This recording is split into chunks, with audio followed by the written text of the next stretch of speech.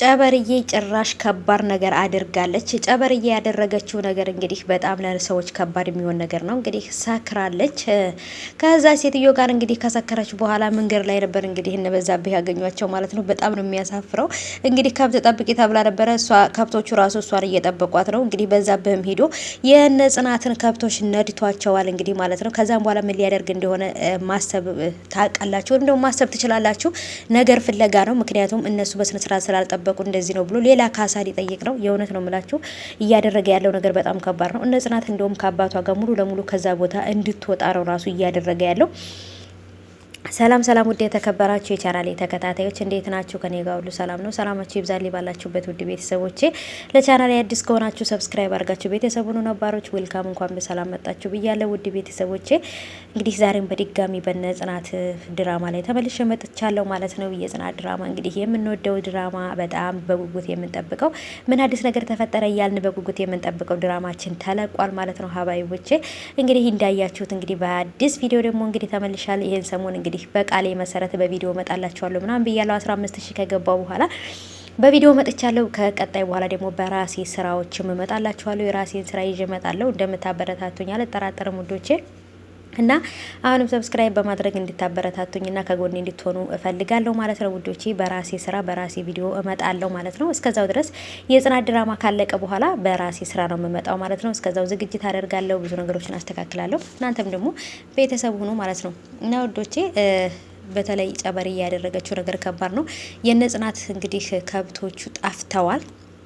ይህም ነገር የሆነው እንግዲህ ከዛች ሰካራም ከሆነ ሴትዮ ጋር ጨበርዬ እየጠጣች ከብቶቹን ረስተዋቸው ነው ማለት ነው። ምን እንደሚሆኑ ከብቶቹ የት እንዳሉ አያውቁም። የሰው ንብረት ራሱ እዛ ጋ ሄደው የሰው ከብት እንትኖች እየበሉ ነው ማለት ነው። አንዳንድ ጊዜ ጨበርዬ እንኳን አይደለም ለሌላ ለከብት ጥበቃና ለሌላ ስራ እኮ ራሷንም ለመጠበቅ አትሆንም ማለት ነውና ነገሮችን አበላሽታቸዋለች። በጣም ከባድ ነገር ተፈጥሯል። ያም ነገር እንግዲህ እንደምታውቁት በተለይ ለጽናት አባት ምን አይነት ከባድ ስትረስ ውስጥ እንደሚያስገባቸው አስቡት። በተለይ ተከሰውም ነበረ ንብረት እንደዚህ ያደረጉ ምናምን ሽማግሌ ይጋብዛሉ፣ እነሱ አውቀው ነው እንደዚህ ያስባሉት ምናምን አስብለው በሌላ ነገር ነው እንግዲህ የተከሰሱት። እና ውዶች ከባድ ነው። አሁንም እየተደረገ ያለው ነገር በጣም የሚያስጠላና የሚያሳዝን ነገር ነው። እና ውዶች ሀባይቦች እንግዲህ በተለይ ደግሞ ወደ ከተማው ስንመለስ ናሆማችን መጥቶልናል ማለት ነው። ኪራ ነው እንግዲህ ገጠር የቀረው እንጂ ኪራ በቃ ገጠር ከብት እየጠበቀ ነው እዛው ማለት ነው። ኪራ ከዚህ በኋላ ተመልሶ ወደ ከተማ የሚኖር አይመስለኝም። እዛው ጽናት ጋራ ከብት እየጠበቀ ይኖራል እና ማለት ነው። ብቻ ግን አሁን ላይ ናሆማ መጥቷል። ናሆማም ከመጣም በኋላ ደግሞ በጣም ደስ የሚል ሁኔታ ላይ ቢሆንም በተለይ የልጁን ሁኔታ እያየ ልጁን ሆዬ እንትን እያለ ልጄን አስርበሽብኛል፣ ልጄን አስቸግረሽብኛል እያለ በጣም ነበረ ሲቀላለዱ የነበረው። ምሩዬ በጣም ደስ ብሏታል ባሏ ስለመጣላት። እና ውዶቼ ጽዮንም ደግሞ ነገሮችን መልካም እንዲያደረገች ጥሩ ነገር እንዲያደረገች ነበር እያወራች ነበረው ከአለምዬ ጋር። አለምዬና ጽዮን እያወሩ በነበሩበት ሰዓት ላይ የናሆም አባት በገባበት ቅስፈት ውስጥ አይታችኋል ምን እንደተፈጠረ።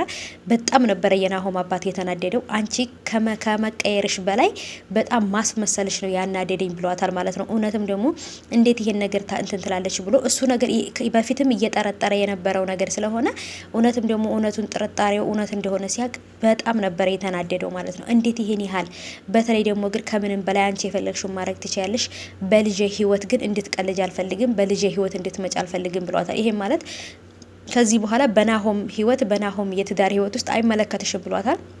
እንግዲህ ምን ሊፈጠር እንደሚችልም አናቅም። ምክንያቱም ከባድ ነገር ስለሆነ ማለት ነው። ናሆማን በእርግጥ እናቱ ጋር ሄዶ ቡና እየጠጣ እየተጫወተ ነበረ። እናቱና ጽዮን እያስመሰሉ እንደሆነ ልጁንም ሊገሉበት እያሰቡ እንደሆነ ናሆማ አላወቀም ማለት ነው። ይህን ነገር ቢያቅ ግን ምን ሊያደርጋቸው እንደሚችል ማሰብ ራሱ በጣም ከባድ ነው። እናቲቱንም ብትሆን ጽዮንንም ብትሆን አይምራቸውም፣ የእውነት ይቅር አይላቸውም ማለት ነው።